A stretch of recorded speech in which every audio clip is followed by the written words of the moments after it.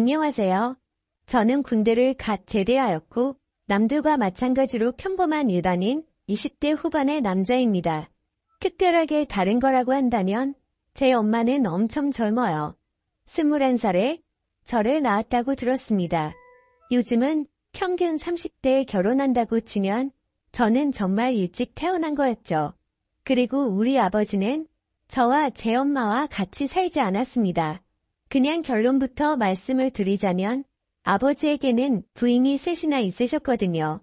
저희 집안이 아들이 무척 귀한 집입니다. 아버지는 본처와 둘째 부인에게서 딸을 6이나 낳았고 나는 셋째 부인의 아들입니다. 아버지는 돈이 무척 많은 사람이고 부인들에게 집을 한 채씩 사주어 그 집에서 아버지의 자녀들이 살고 있습니다. 그것도 새 집이 나란히 있고 우리 엄마는 아버지의 부인들 중에서 제일 어리고 피부톤이 제일 하얗습니다. 아버지는 일주일에 3번은 오셨습니다. 아버지는 키가 184cm입니다. 게다가 남성미도 넘치셨었죠. 엄마는 아버지의 방문을 준비하는 낙으로 살고 있는 듯했어요. 아버지가 좋아하시는 음식, 아버지가 좋아하는 음악을 틀어놓고 아버지만 기다렸으니까요. 아버지는 유일한 아들인 나에게 교육비를 아끼지 않으셨고 나는 열심히 공부를 해서 엄마와 아버지에게 인정받는 낙으로 살았습니다.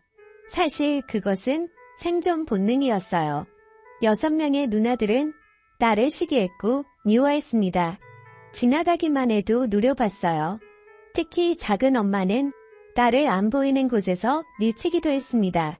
그런 일을 당했을 때 엄마에게 바로 말하지 않은 것은 아빠를 나눠 가진 큰엄마, 작은 엄마의 스트레스를 나도 이해할 수 있었기 때문이었습니다.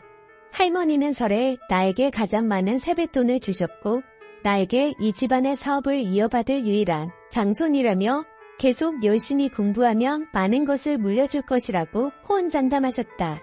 그때 누나들의 표정을 잊을 수 없어요. 자기들이 물려받을 재산을 저 어린 놈에게 준다고 하며 도끼에 찬 그 눈빛을 말입니다. 그 당시 유일하게 웃고 있었던 사람은 아버지와 젊고 이쁜 내 엄마뿐이었어요. 아버지는 월수 금요일에 우리 집에 오셨고 기분 좋게 저녁 식사를 한 후 나에게 일찍 자라고 했습니다. 나는 두 분이 뭘 하려고 하는지 다 알고 있음에도 불구하고 아버지의 말을 들어줄 수밖에 없었어요. 아버지는 엄마에게 젊은 부인과 일을 치르니 젊어져서 좋다며 매일 와서 같이 살고 싶은데 조강 지쳐버리면 벌 받는다고 미안하다며 엄마의 머리를 쓰다듬고 가셨습니다. 나는 엄마 옆에서 곤히 잠든 척했고 아버지는 매번 내가 잘 자는지 확인했습니다. 엄마는 쟤는 한번 잠들면 옆에서 대포를 쏴도 못 들어요라고 했습니다. 사실은 그렇지 않았어요. 그냥 잠든 척하고 있었을 뿐이었죠. 엄마는 나를 잘 키워서 아버지 사랑을 독차지함과 동시에 아버지 재산을 많이 차지할 생각을 하고 있었어요. 너무 속 보이는 엄마가 여우 같다고 생각했지만 한편으로는 그런 의지를 가지고 사는 젊은 엄마가 안 돼 보이기도 했습니다. 그러던 어느 날 엄마와 아버지가 드라이브를 하다가 교통사고가 났습니다. 엄마는 크게 다쳐서 요양병원에서 살고 계신 지 벌써 8년이나 되었던 거죠. 아버지는 운이 좋아 몇 주간 입원 치료를 받고 퇴짜하셨습니다. 나는 엄마가 없어 큰엄마의 도움을 받아 끼니를 해결했고 아버지는 그런 나를 더 안쓰럽게 여겼어요. 큰엄마에 대해 설명하자면 딱 봐도 맏며느리감입니다. 퉁퉁한 몸매에 넙대대한 얼굴, 호탕한 성격의 소유자이십니다. 딸 넷을 낳고 아버지의 본처라는 지위를 이용해 명절 때 작은 부인들에게 일을 시키고 나중에 용돈을 몰래 주기도 했어요. 당근과 채찍을 적절하게 쓸 줄 아는 스타일이었지요. 게다가 내가 미울 텐데 나에게 늘 친절했습니다. 누가 보지 않아도 늘 한결같이 대해주었고 큰엄마가 만들어주신 고소한 잡채 오이 소박이는 정말 일품이었어요. 내 존재가 무척 신경 쓰일 텐데 나에게 잘해주시는 큰엄마를 의지하게 되었습니다. 어느 날 엄마에게 면회를 갔다 온 후 차도가 없는 엄마를 생각하며 시무룩한 표정으로 집에 앉아있는데 큰엄마가 술에 취해 반찬을 들고 오셔. 정씨가 힘내. 내 엄마는 반드시 회복할 거야. 희망을 잃지 마 하면서 내 등을 두드려 주었어요. 그런 큰엄마의 따뜻한 마음이 느껴져 큰엄마를 부둥켜 안고 울었습니다.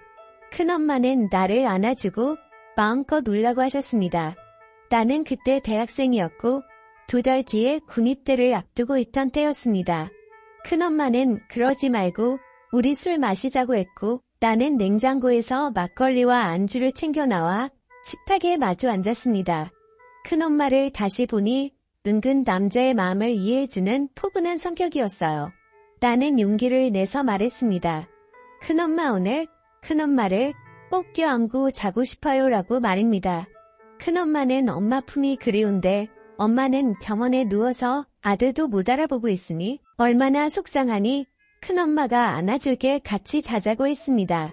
나는 큰엄마의 따뜻한 마음씨에 감동했고 큰엄마 손을 잡고 내 방으로 들어갔어요.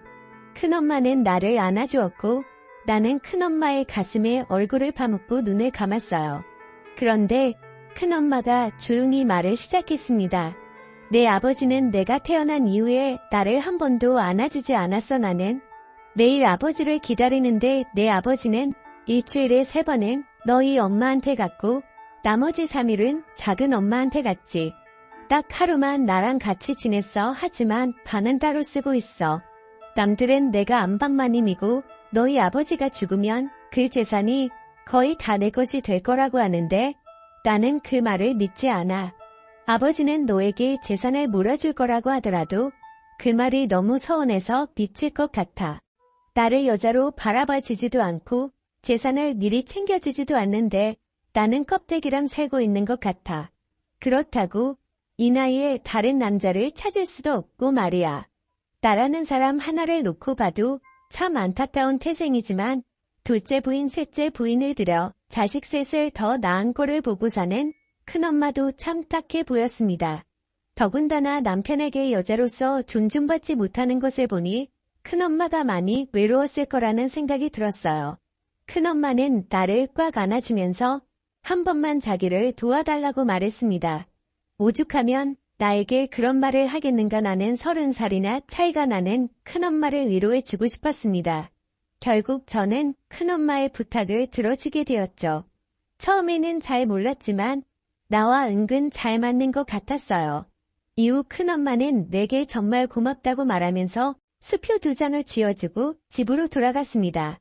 큰엄마의 한 맺힌 인생을 생각해보니 가엾기도 했고 중년 부인의 매력을 알게 되니 만감이 교차했습니다.